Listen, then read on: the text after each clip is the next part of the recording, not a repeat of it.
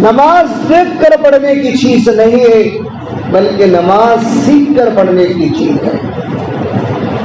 لوگ اپنی دنیا کی چیزیں لوگوں کو بتاتے ہیں تاکہ ان کو ایک اچھا فیصلہ معلوم ہو۔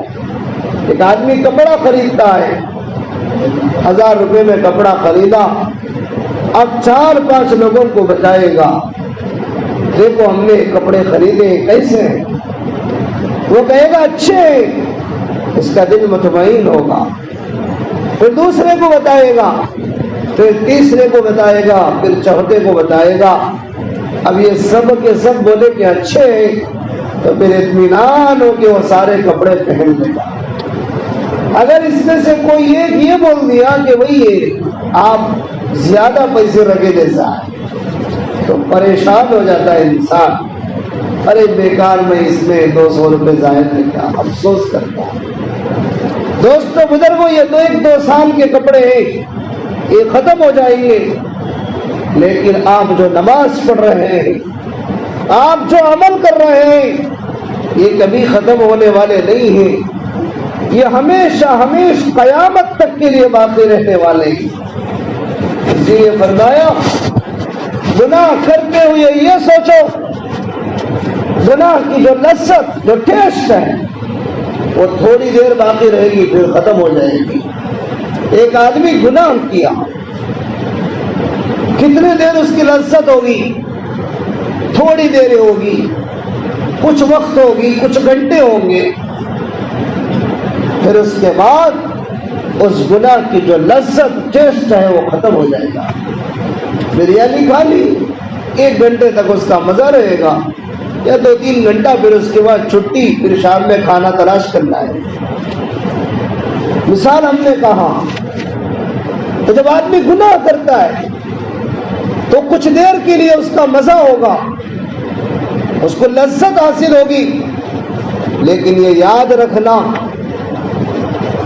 گناہ کی لذت ختم ہو گئی، گناہ کا ٹیسٹ ختم ہو گیا، لیکن وہ جو گناہ کا نقصان ہے، وہ جو گناہ کا عذاب ہے، وہ جو گناہ کی وجہ سے جو اللہ ناراض ہوئے ہیں، وہ آپ کے اعمال نامے میں قیامت تک کے لیے لکھا ہوا ہوگا، اس کو نہیں بلا دیا جائے گا، وہ آپ کے اعمال نامے میں قیامت تک محفوظ ہوگا۔ آپ کی گناہ کی لذت ختم ہو گئی، لیکن گناہ کا بدلہ جو آپ کو ملنے والا ہے وہ قیامت تک کے لیے باقی رہ جائے گا۔ تو اس لیے گناہ کرنے سے پہلے یہ سوچو کہ اس کی لذت تو ختم ہو جائے گی، لیکن یہ گناہ میرے اعمال نامے میں قیامت تک باقی رہے گا۔ اسی طرح کوئی نیک کام کرتے ہیں، یہ سوچو یہ ایسے ہی ختم نہیں ہوگا، یہ قیامت تک کے لیے باقی رہے گا۔ ایک مرتبہ میں سبحان اللہ بول رہا ہوں، یہ قیامت تک کے لیے باقی رہے گا۔ بولنے سے پہلے سوچو، اس کو اچھا بولنے کی کوشش کرو، اس کو ایسے ویسے بولو گے ثواب تو مل جائے گا، لیکن جو ثواب آپ کو حاصل ہونا ہے وہ حاصل نہیں ہوگا۔ ایسے امتحان بچہ لکھ دیا، لکھنے کے بعد مارکس دیکھا، 100 میں 30 مارکس آئے، اب پرچہ دیکھ کے رو رہا ہے، سوچ رہا ہے کاش اچھا لکھ لیا ہوتا تو اچھا ہوتا۔ کتنے بار روئے تو اچھا ہو جاتا وہ؟ پرچہ پورا کا پورا تیرے آنسو سے بھیگ جائے گا، لیکن تجھے دوبارہ وہ نمبرات نہیں ملیں گے۔ اسی طرح دوستو بزرگوں، جو عمل کرتے ہیں اس عمل کو سیکھو، اس عمل کو معلوم کرو، اس عمل کو بہتر سے بہتر، اچھا سے اچھا کرنے کی کوشش کرو، اس لیے کہ جو عمل ہے وہ قیامت تک کے لیے باقی رہے گا۔ پھر قبر میں آپ کو کام آئے گا، اللہ کے سامنے حاضری ہوگی، اس وقت اس عمل کا نفع آپ کو ملے گا۔ تو اس لیے عمل کرتے ہوئے بھی یہ سوچنا ہے یہ میرا عمل محفوظ ہوگا، گناہ کرتے ہوئے بھی یہ سوچنا ہے یہ میرا گناہ قیامت تک کے لیے چھپا کے حفاظت کے ساتھ رکھا جائے گا۔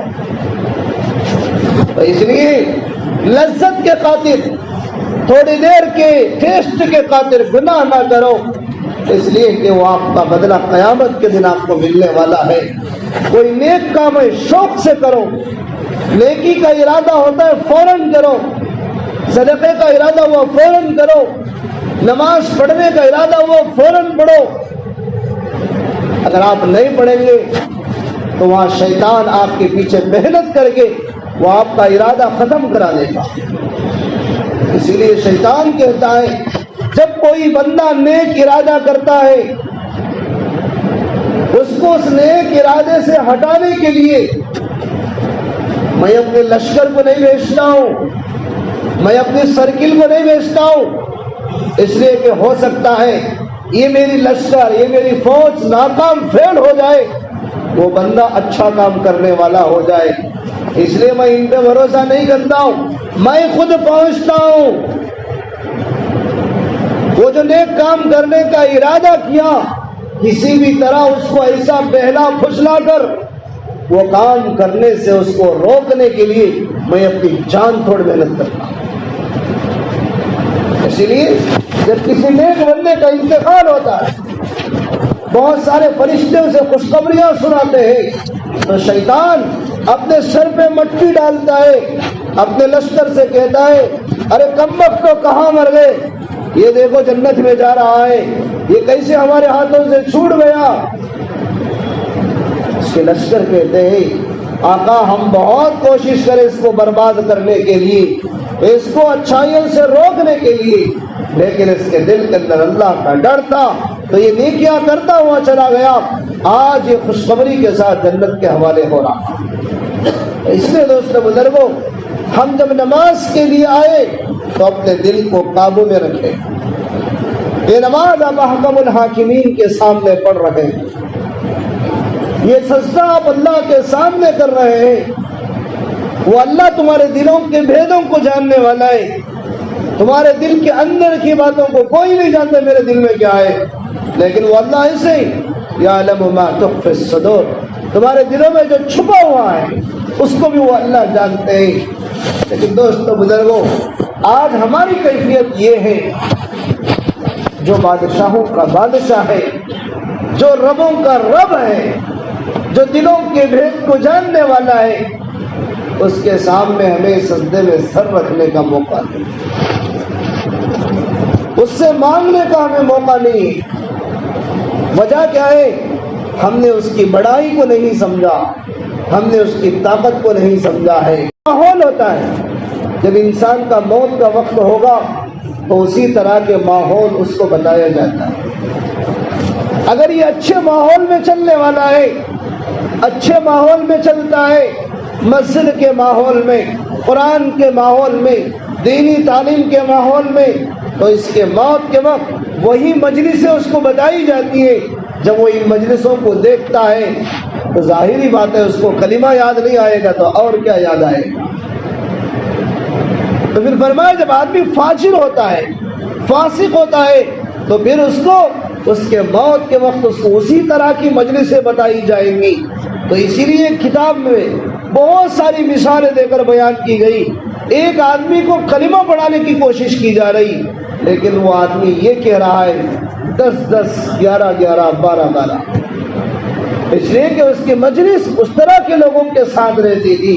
تو اس لیے ماحول ہمیں اچھا تلاش کرنا ہے، اچھا ماحول ہمیں مسجدوں میں ملے گا، اچھا ماحول ہمیں قرآن کے حلقوں میں ملے گا، اچھا ماحول ہمیں دین کے حلقوں میں ملے گا۔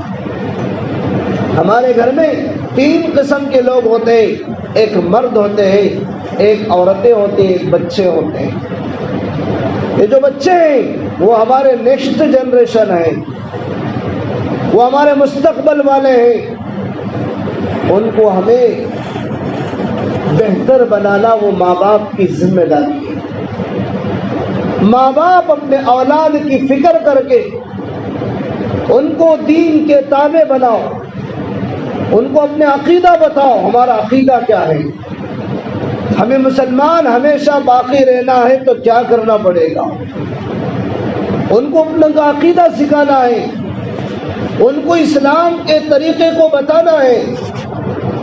اگر ہمارے بچوں کو ہم نے یہ نہیں سکھایا دنیا کی ساری چیزیں سکھائے، اس کو کیا پتا ہے، اسے کیا معلوم ہے کہ ماں باپ کا کیا حق ہوتا ہے، ماں کا کیا درجہ ہوتا ہے، باپ کا کیا مقام و مرتبہ ہے، وہ کیا پہچانے گا؟ وہ تو اپنی زندگی دنیاوی اعتبار سے گزارتا ہوا دنیا سے رخصت ہو جائے گا۔ تو اس لیے دوستو بزرگوں، جو گھر کے بڑے ہیں ان کے تابع یہ اولاد ہے، ان اولاد کو دیندار بناؤ، دین کے راستوں پہ چلاؤ، ان کو قرآن پڑھانے کی فکر کرو۔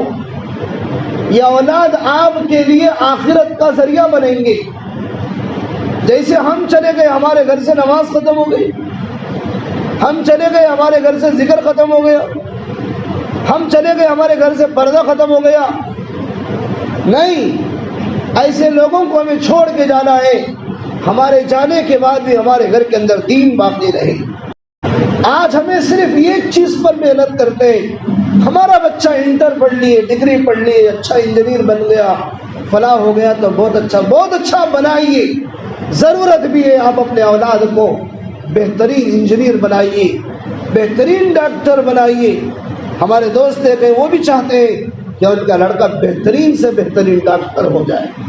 ہم نے یہی مشورہ دیا، آپ اپنے اولاد کو بہترین ڈاکٹر بنائیے، لیکن آپ کے لیے ضروری ہے کہ اس کو نمازی بھی بنائیے، اس کے لیے ضروری ہے قرآن کی تلاوت کرنے والا بنائیے، اس کے لیے ضروری ہے وہ دین پر چلنے والا اس کو بنائیے۔ اگر اس کی زندگی میں دین نہیں ہوگا، اگر اس کی زندگی میں تقویٰ طہارت نہیں ہوگی، وہ ڈاکٹر تو بن جائے گا لیکن ایسی زندگی گزارے گا اس کو کبھی اپنے ابا کو سلام کرنے کا بھی موقع نہیں ملے گا، اس کو کبھی اپنی ماں کو خدمت کرنے کا اس کو موقع نہیں ملے گا۔ تو اس لیے دنیاوی تعلیم کے ساتھ ساتھ اپنے بچوں کو دین، اسلام، شریعت بھی سکھانا ہماری ذمہ داری ہے۔ اسکول کی چھٹیاں آتے بہت سارے بچے غیر قوموں کے تہواروں میں ہمارے بچے ناچتے ہیں، گانا وہ بجاتے ہیں، ہمارے مسلمان بچے ناچتے ہیں، رنگ وہ جھڑکتے ہیں، ہمارے بچوں کے اوپر رنگیں گرتی ہیں۔ ہم مسلمان ہیں، ایمان والے ہیں، وجہ کیا ہے؟ وجہ ہم نے ان بچوں کو نہیں بتایا، یہ ہمارے تہوار نہیں ہے، ہمیں اس میں جانے کی اجازت نہیں ہے۔ ہمیں اپنے ایمان کو بچانا، ہمیں اپنے ایمان کی حفاظت کرنا ضروری ہے۔ اسی لیے شرک کو ہرگز ناپسند کیا گیا کہ شرک کے لیے کبھی معافی نہیں ہے۔ یہ کب ہوگا کہ ہمارے بچے دیندار بنیں گے؟ جب سے فون آیا رشتہ داریاں بھی ختم ہو گئے، سب فون پہ ہو رہا ہے۔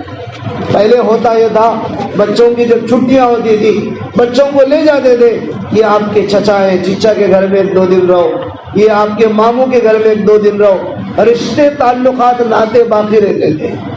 چھٹیوں میں ہالیڈیز آ گئے، بچے نانیوں کے گھر چلے گئے، نانیوں کے گھر میں رہتے تھے، دادی کے گھر چلے گئے۔ اب کسی کے گھر جانا نہیں ہے، سب گھر فون ہو گیا۔ فون دے دو، کونے میں خاموشی کے ساتھ بیٹھا رہے گا، رونے والا بچہ خاموش ہو جائے گا، باہر جانے والا بچہ کونے میں بیٹھ جائے گا، لڑنے والا خاموش ہو جائے گا۔ سارے مسئلوں کا حل اس فون کے اندر رکھ دیا گیا۔ تو اس لیے دوستو بزرگوں، رشتہ دار تعلقات بھی، دوستیاں بھی ہمیں بتانا ہے کہ آپ کے فلاں ہیں، تاکہ یہ بچہ آگے چل کے ان کی فکر کر کے ان کو دیندار بنا سکے۔ ہر ساتھی کوشش کرے، اللہ ہم سب کو عمل کی توفیق عطا فرمائے۔ وآخر دعوانا الحمدللہ رب العالمین۔